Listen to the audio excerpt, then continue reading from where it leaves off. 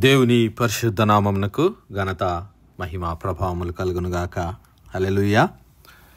మరొకసారి ఈ అనుదిన బైబిల్ ధ్యానములకు మీ అందరినీ మన రక్షకుడు ప్రభువైన యేసు క్రీస్తుల వారి పరిశుద్ధ నామములో ప్రేమతో ఆహ్వానిస్తున్నాను. ప్రియులారా, దానియేలు గ్రంథంలో ఉన్నటువంటి ప్రవచనములు, దానియేలుకు దేవుడు అనుగ్రహించినటువంటి దర్శనములు, మరి పాత నిబంధన క్రొత్త నిబంధన మధ్య కాలంలో ఉన్నటువంటి ఆ 400 సంవత్సరాల కాలము, నిశ్శబ్ద కాలాన్ని ఏ విధంగా దేవుడు దానియేలుకు తెలియజేశాడో ధ్యానించడానికి ప్రయత్నం చేస్తున్నాం. అయితే పాత నిబంధన పాఠ్యభాగంలో చివరి ప్రవక్త అయినటువంటి మలాకీ గ్రంథం నుంచి మత్తయి సువార్త రాయబడినటువంటి కాలం వరకు దరిదాపు 400 సంవత్సరాల కాలములు దేవుడు ఈ ప్రవక్త ద్వారా మాట్లాడలేదు, కానీ తన కార్యాన్ని, తన ప్రణాళికను దేవుడు నెరవేరుస్తూనే ఉన్నాడు. ఈ విషయాలన్నిటినీ దేవుడు మరి దరిదాపు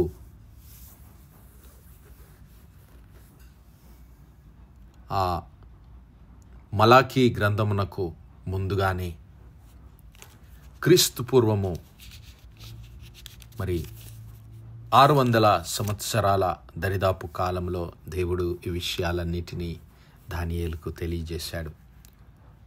ప్రియులారా, మరి రాజు అయినటువంటి నెబుకద్నెజరుకు కలిగినటువంటి దర్శనాన్ని మనం ధ్యానించాము. అది దరిదాపు క్రీస్తు పూర్వము 603వ సంవత్సరంలో జరిగినటువంటి సంఘటన. రాజు అయినటువంటి నెబుకద్నెజరు ఒక కలను కన్నాడు. ఆ కలలో ఆయన ఒక గొప్ప ప్రతిమను చూశాడు. ఆ ప్రతిమ మహాప్రకాశము, భయంకరమైన రూపము గలదిగా ఆయనకు కనబడ్డది. ఆ ప్రతిమ యొక్క శిరస్సు మేలిమి బంగారుమయమై ఉన్నది. దాని రొమ్ము, భుజములు వెండితో చేయబడి ఉన్నాయి. దాని ఉదరము, తొడలు ఇత్తడితో చేయబడి ఉన్నాయి. దాని మోకాళ్ళు ఇనుపై, దాని పాదములలో ఒక భాగం ఇనుపది, ఒక భాగం మట్టిది.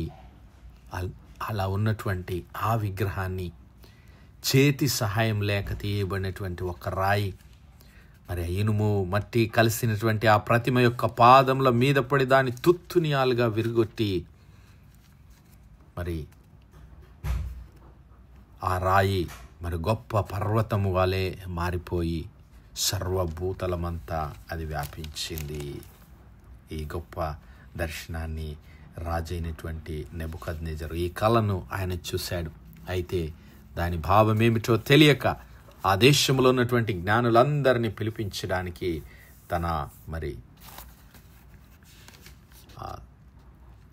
ఆ సంస్థానాధిపతులకు, లేదంటే ఆ దేహ సంరక్షక అధిపతులకు ఆజ్ఞ ఇచ్చినప్పుడు వారు వెళ్ళి రాజు యొక్క కళను తెలపడానికి ఎవరు సమర్థులో వెతికితే ఎవ్వరూ వారికి దొరకలేదు. కానీ దానియేలు, ప్రవక్త అయినటువంటి దానియేలు, మరి దేవుని మహాకృపను బట్టి ఆ యొక్క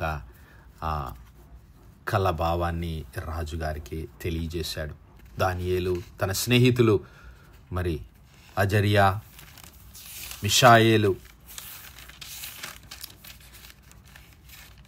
హనన్యా, మిషాయేలు, అజర్యా అనేటువంటి దానియేలు యొక్క 3 స్నేహితులు దానియేలు కలిసి దేవుని సన్నిధిలో ప్రార్థించినప్పుడు దేవుడు ఆ కళ యొక్క భావాన్ని దానియేలుకు తెలియజేశాడు. ఏమిటి అంటే ఆ 4 రాజ్యములు, ఈ బబులోను సామ్రాజ్యము తర్వాత రాబోతున్నటువంటి 4 సామ్రాజ్యములను గురించి, రాజులను గురించి, రాజరిక వ్యవస్థలను గురించి దేవుడు మరి ఆ కళను రాజుకు బయలుపరిచాడు. మరి మొట్టమొదటిగా ఆ యొక్క బబులోను సామ్రాజ్యము, తర్వాత రాబోయేటటువంటి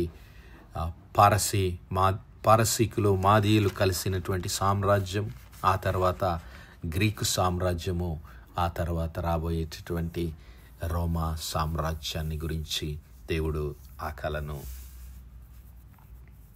బయలుపరిచాడు. అయితే వీటన్నిటినీ మరి కొట్టివేస్తూ క్రీస్తు ప్రభుల వారు మెస్సియా తన రాజ్యాన్ని స్థాపించబోతూ ఉన్నాడనేటువంటి ఆ యొక్క కళను దేవుడు దానియేలు ద్వారా వివరించాడు. అయితే ప్రియులరా, ఈ యొక్క సంఘటన జరిగిన తర్వాత దరిదాపు 50 సంవత్సరాల తర్వాత బబులోను రాజగు బెల్షస్సరు యొక్క పరిపాలనలో దానియేలు గ్రంథము 7వ అధ్యాయాన్ని మనం ఒకసారి గమనిస్తే దానియేలు మరి యొక్క దర్శనాన్ని కన్నాడు.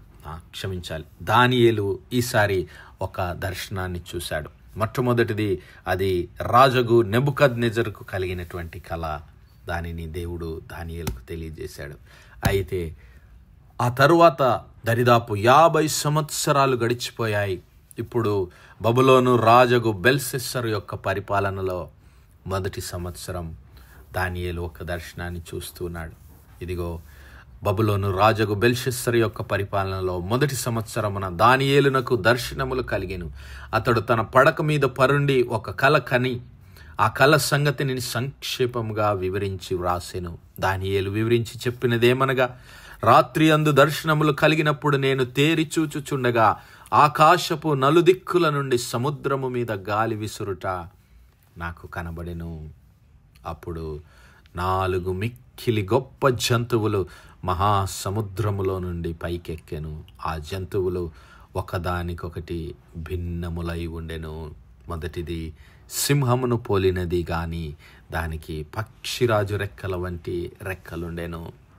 నేను చూచుచుండగా దాని రెక్కలు తీయబడినవి గనుక మనుష్యుని వలె అది పాదములు పెట్టుకొని నేలపై నిలువబడెను. మరియు మానవ మనస్సు వంటి మనస్సు దానికి ఇవ్వబడెను.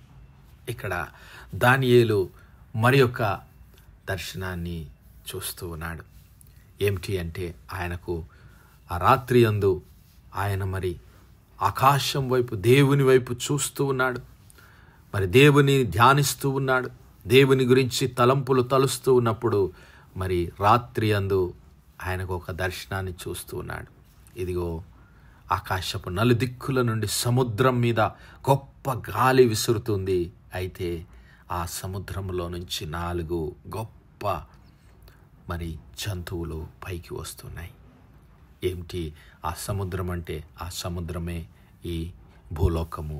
ఆ భూలోకంలో మరి రాబోతున్నటువంటి రాజ్యములను గురించి దేవుడు మళ్ళీ దానియేలుకు ప్రత్యక్షతను అనుగ్రహించాడు. మొట్టమొదటిది సింహమును పోలినది, రెండవది ఎలుగుబంటిని పోలినది, మూడవది చిరుతపులిని పోలినటువంటిది, మరి 4వది భయంకరమైనటువంటి జంతువు. అది తనకు ముందుగా ఉండిన ఇతర జంతువులకు భిన్నమైనది. అది మహాబల మహాత్యములు గలది. హల్లెలూయా. మరి ఏమిటి 4 సామ్రాజ్యాలు అంటే? ప్రియులారా, ఆ రాజగు నెబుకద్నెజరు దర్శనంలో చూచినటువంటి రాజ్యములే. మొట్టమొదటిది బబులోను సామ్రాజ్యము. మొట్టమొదటిది సింహమును పోలినటువంటిది బబులోను సామ్రాజ్యము. ఎలుగుబంటిని పోలినటువంటిది మీడో పర్షియన్ సామ్రాజ్యం. మాదీయులు పారసీకులు కలిసి ఏర్పాటు చేసినటువంటి సామ్రాజ్యము. అది ఎలుగుబంటిని పోలినటువంటిది. ఇక మూడవది చిరుతపులిని పోలినటువంటిది. అది గ్రీకు సామ్రాజ్యం. 4వది రోమా సామ్రాజ్యం. ప్రియులారా, ఈ యొక్క మరి 4 రాజ్యములను గురించి దేవుడు ముందుగానే తెలియజేస్తూ ఉన్నాడు. మరి మనందరికీ తెలుసు, దరిదాపు ఈ యొక్క బబులోను సామ్రాజ్యము 70 సంవత్సరాలు పరిపాలన చేశారు. అలాగే మరి మాదీయులు పారసీకులు కలిసి వారు దరిదాపు 200 సంవత్సరాల కాలము వారు పరిపాలించారు. ఆ తర్వాత గ్రీకు సామ్రాజ్యము 165 సంవత్సరాలు దరిదాపుగా వాళ్ళు పరిపాలించారు. ఆ తర్వాత 4వది రోమా సామ్రాజ్యం దరిదాపు 640 సంవత్సరాలు వారు పరిపాలించారు. అయితే ఈ యొక్క మరి పాత నిబంధన క్రొత్త నిబంధనకు మధ్య ఉన్నటువంటి ఆ కాలాన్ని గనుక మనం గమనించినట్లయితే, ఇదిగో అది పారసీకుల సామ్రాజ్యము మొదలుకొని మరి గ్రీకు సామ్రాజ్యము, అలాగే రోమా సామ్రాజ్యపు ఆరంభ కాలము, ఈ 400 సంవత్సరాల కాలము. అయితే దేవుడు దానియేలుకు చూపినటువంటి దర్శనములో ఆ 4 సామ్రాజ్యములను, మరి ఇదిగో ఇక సింహాసనములు వేయుట నేను చూచి తిని, మహావృద్ధుడొకడు కూర్చుండెను, ఆయన వస్త్రము హిమము వలె ధవలముగా, ఆయన తల వెంట్రుకలు శుద్ధమైన గొర్రె బొచ్చు వలె తెల్లగా ఉండెను, ఆయన సింహాసనము అగ్ని జ్వాలల వలె ఉండెను. ఇంకా మరి రాత్రి కలిగిన దర్శనము నేను ఇంకను చూచుండగా, ఆకాశ మేఘారుడైన మనుష్య కుమారుని పోలిన ఒకడు వచ్చి ఆ మహావృద్ధుడగు వాని సన్నిధిని ప్రవేశించి ఆయన సముఖమునకు తేబడెను. సకల జనముల రాష్ట్రములను ఆయా భాషలు మాట్లాడువారును ఆయనను సేవించినట్లు ప్రభుత్వమును మహిమయు ఆధిపత్యమును ఆయనకి ఇవ్వబడెను. ఆయన ప్రభుత్వము శాశ్వతమైనది, అదెన్నటికీ తొలగిపోదు. ఆయన రాజ్యము ఎప్పటికీ లయము కాదు. దేవుని నామానికి మహిమ కలుగును గాక. ప్రియులారా, ఈ 4 రాజ్యాలు వచ్చినప్పటికీ వాటన్నిటినీ జయించగలిగినటువంటి నిత్య రాజ్యాన్ని దేవుడు పరలోకంలో సిద్ధపరుస్తున్నాడు. అదే క్రీస్తు ప్రభుల వారి రాజ్యము. ఆ రాజ్యమునకు అంతము లేదు. ఆయన రాజ్యాన్ని స్థాపించడానికి దేవుడు తన ప్రియ కుమారుడైనటువంటి క్రీస్తు ప్రభుల వారిని సిద్ధపరుస్తూ ఉన్నాడు. ఇక్కడ భూలోకంలో ఈ రాజులు ప్రణాళికలు చేస్తున్నారు. ఈ భూలోకంలో రాజులు తమ రాజ్యాలను ఏలుతూ దేవుని మర్చిపోతూ ఉంటే, పరలోకంలో ఉన్నటువంటి తండ్రి అయిన దేవుడు మానవులమైన మన పక్షమున మన కొరకు తన ప్రియ కుమారుడైన క్రీస్తు ప్రభుల వారిని పంపించి ఆ నిత్య రాజ్యాన్ని మన కొరకు సిద్ధపరుస్తూ ఉన్నాడు. నా సహోదరుడా, నా సహోదరి, ఈ భూలోక రాజులు సృష్టించినటువంటి ఈ రాజ్యంలో పాలిభాగస్తుడు అవుతావా, లేదంటే శాశ్వతమైనటువంటి దేవుని ప్రియ కుమారుడైనటువంటి క్రీస్తు ప్రభుల వారి రాజ్యంలో పాలిభాగస్తుడు అవుతావా? మరి నిర్ణయించుకునే అవకాశాన్ని దేవుడు మనకు అనుగ్రహించాడు. ఎంతమంది అయితే తన ప్రియ కుమారుడైనటువంటి యేసు క్రీస్తు ప్రభుల వారి నామమందు విశ్వాసం ఉంచుతారో వారందరినీ రక్షించడానికి, మరి మరణములో నుండి విడిపించి నిత్య జీవంలోనికి నడిపించడానికే దేవుడు తన ప్రియ కుమారుడైన క్రీస్తు ప్రభుల వారిని ఈ లోక రక్షకుడుగా పంపించాడు. ఈ లోక రాజ్యములన్నిటినీ జయించగల అధికారాన్ని, శక్తిని ఆయనకు అనుగ్రహించాడు. ఆ క్రీస్తు ప్రభుల వారిని మన హృదయంలో చేర్చుకుందాం. ఆయన నిత్య రాజ్యంలో పాలిభాగస్తులం అవుదాం. అతి కృప, అతి ధన్యత దేవుడు మనందరి జీవితాల్లో దయచేయునుగాక. ఆమేన్, ఆమేన్, ఆమేన్. ప్రార్థించుకుందాం. హల్లెలూయా, హల్లెలూయా, హల్లెలూయా, హల్లెలూయా. స్తోత్రము, స్తోత్రము, స్తోత్రము, స్తోత్రము, స్తోత్రములు తండ్రి.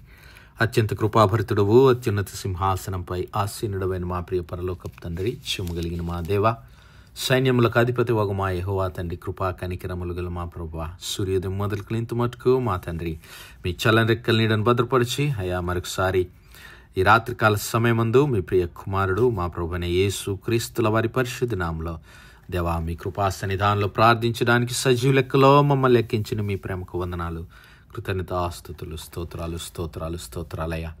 దినమెల్లా మీ యొక్క పరిశుద్ధాత్మ సహాయము, నడిపింపు, ఆదరణ, సహవాసాన్ని మాకు అనుగ్రహించిన ప్రభువా మీకే లెక్కలేని వందనాలు, స్తుతులు, స్తోత్రాలు. అవును మా తండ్రి, ఈ లోక రాజ్యాలన్నీ నశించిపోయేవని, ఈ లోకమంతా నశించిపోయేదని, కేవలం మీ ప్రియ కుమారుడైన యేసు క్రీస్తు ప్రభుల వారి రాజ్యమే నిత్య రాజ్యమని, అయ్యా ఆయనను మేము మా హృదయంలో చేర్చుకొని ఆయన మాటలను అంగీకరించి ప్రభువా మీ నిత్య రాజ్యంలో మేము వారసులమయ్యే కృప మాలో ప్రతి ఒక్కరికి దయచేయమని వేడుకుంటున్నాం. కనికరము గల మా ప్రభువా, మీ ప్రియ కుమారుడైన క్రీస్తు ప్రభుల వారి నిత్య రాజ్యంలో మేమందరము పాలిభాగస్తులమై, మా బిడ్డలు, మా కుటుంబాలు, మా సంఘములన్నీ మీ సన్నిధిలో మీ నిత్య మహిమలో పాలిభాగస్తులమయ్యే కృప దయచేయమని, సమస్త మహిమ, ఘనత, ప్రభావాలు మీ నామానికే చెల్లిస్తూ మా ప్రభును, మీ ప్రియ కుమారుడు, మా రక్షకుడైన యేసు క్రీస్తుల వారి పరిశుద్ధ నామమున ప్రార్థించి వేడుకుంటున్నాం మా పరలోకపు తండ్రి. ఆమేన్, ఆమేన్, ఆమేన్. God bless you all. Praise the Lord. Shalom.